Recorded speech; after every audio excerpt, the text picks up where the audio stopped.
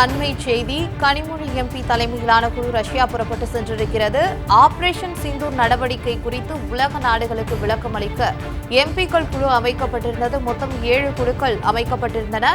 இந்த நிலையில் நாடாளுமன்ற திமுக குழு தலைவர் கனிமொழி கருணாநிதி தலைமையிலான குழு ரஷ்யா புறப்பட்டு சென்றது என்பதை அண்மை செய்தியாக பார்க்கிறோம். ஆபரேஷன் சிந்தூர் நடவடிக்கை குறித்து உலக நாடுகளுக்கு விளக்கம் அளிக்க எம்பிக்கள் குழு ரஷ்ய பயணம் மேற்கொண்டிருக்கிறார்கள். நாடாளுமன்ற திமுக குழு தலைவர் கனிமொழி கருணாநிதி தலைமையிலான குழு ரஷ்யா புறப்பட்டு சென்றது. தீவிரவாதத்திற்கு எதிரான இந்தியாவின் நடவடிக்கைகள் குறித்து உலக நாடுகளுக்கு எடுத்துரைக்கப்படும். தீவிரவாதத்திற்கு எதிரான நடவடிக்கையில் நாட்டில் உள்ள அனைவரும் ஒற்றுமையுடன் உள்ளனர் என்றும் கனிமொழி எம்பி இதுகுறித்து கூறியிருக்கிறார். இதுகுறித்த கூடுதல் தகவல்களை தற்போது வழங்குவதற்காக செய்தியாளர் பால்முருகன் இணைப்பில் இருக்கிறார். வணக்கம் பால்முருகன், உங்களுடைய தகவல்களை பதிவு பண்ணுங்க.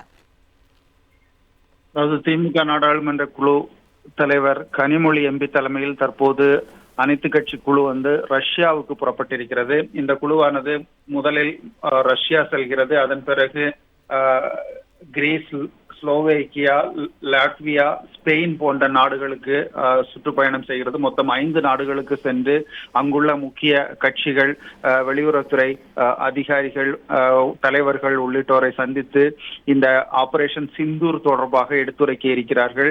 என்ன நடைபெற்றது, தீவிரவாதத்துக்கு எதிராக இந்தியா மேற்கொண்ட இந்த நடவடிக்கை குறித்து விரிவாக இந்த குழுவானது எடுத்துரைக்க இருக்கிறது. மொத்தம் 7 குழுக்கள் இப்படி செல்கின்றன.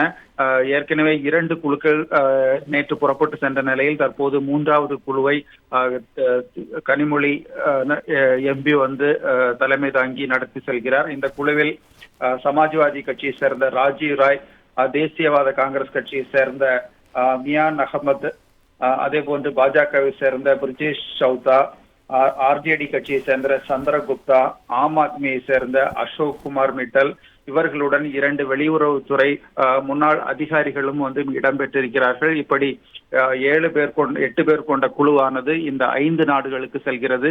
இந்தியா தீவிரவாதத்துக்கு எதிராக எடுத்த நடவடிக்கை, எடுத்து வரக்கூடிய பிரச்சனைகள் குறித்து இந்த 5 நாடுகளினுடைய தலைவர்கள் உள்ளிட்டோரிடம் முக்கியமாக எடுத்துரைத்து இந்தியாவின் நிலைப்பாட்டை தெரிவிக்க இருக்கிறார்கள்.